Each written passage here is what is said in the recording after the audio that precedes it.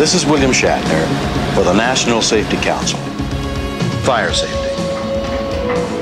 It's a significant part of any safety program and an important responsibility for every supervisor. We define safety as the control of recognized hazards to attain an acceptable level of risk. When it comes to fire safety, we're talking about the control of fire hazards, which includes fire prevention and emergency measures. The control of hazards for fire prevention requires continuous attention to housekeeping practices, safe work practices, and regular safety inspections. Emergency measures are important. Everyone should know what to do if a fire does occur.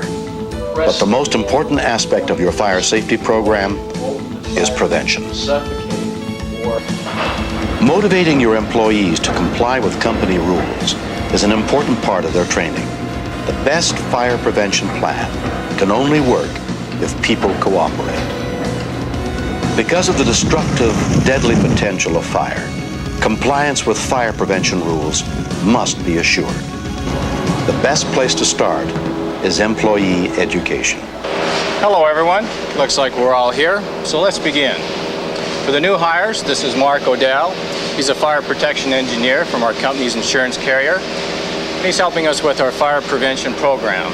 He'll be leading our training session today. I'll be assisting him, and I'll also be answering any of your questions that apply to our company's specific rules. So, let's get started. One of the main fire safety concerns in most industrial environments is the presence of flammable materials. Hazards from gasoline, solvents, dust, and explosives can often be found in the workplace, which is one reason for the strict safety rules against smoking in the plant. A lighted cigarette can provide heat, one of the elements needed to create a fire. Now, there are 4 elements needed in all. Let's talk about them. Fuel, oxygen, heat, and the chemical chain reaction are all needed to create a fire. Anything that will burn can be a fuel. Every fuel has its own ignition temperature, or the amount of heat it needs to catch on fire. In most circumstances, when you combine fuel, enough heat to ignite it, and the oxygen present in the air, the fuel and oxygen will combine in a series of successive intermediate stages called the chemical chain reaction. The result is fire. So you're saying that even if you have fuel and plenty of heat, a fire won't ignite without oxygen? That's right. In most cases, oxygen is needed to create a chemical chain reaction that causes and continues a fire, just as fuel and heat are needed. If you remove any of the 4 elements of the fire tetrahedron, the fire will go out. If you keep the elements away from each other, the fire will never get started in the first place. That's what fire prevention is all about. All right, let's move over here now. This coffee can isn't really filled with flammable solvent, but let's pretend that it is. The solvent that's inside it would provide a source of fuel for a fire. Now, there's oxygen in the air, and what would the heat source be? Well, if you were smoking at this workstation, the heat source could come from your cigarette, just like with Craig's friend.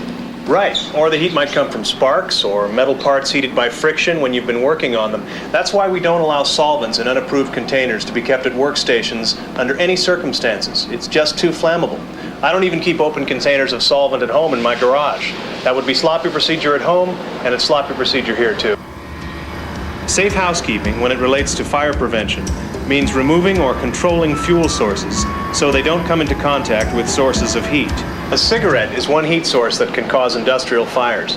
No matter how picky it seems to have no smoking rules in various parts of the plant, it's very important that those rules be followed. There might be chemicals or other flammable materials present that you're not aware of. So whether you understand the reasons or not, always follow the no smoking rules.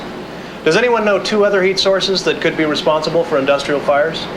How about electrical equipment? Yeah, that's one of them. All kinds of electrical tools and appliances can provide the source of heat for a fire, and they don't have to be broken or faulty. Makeshift wiring and broken equipment is very dangerous, but even a hot light bulb placed next to combustible material is a fire hazard. Another common heat source in industrial fires is provided by arsonists. They start fires in wood or trash outside a plant, and it spreads to the buildings. Or they set fires in concealed areas inside the building. This company has policies designed to prevent arson fires. We don't store pallets or cardboard outside, and we block access to trash bins. 50% of all industrial fires are started by 3 heat sources: specialized industrial equipment, electrical distribution systems, and arson. But there are lots of other heat sources in the plant too, such as welding and cutting. And there are also lots of potential fuel sources that you should be aware of. Remember, keeping heat sources away from fuel sources equals fire prevention.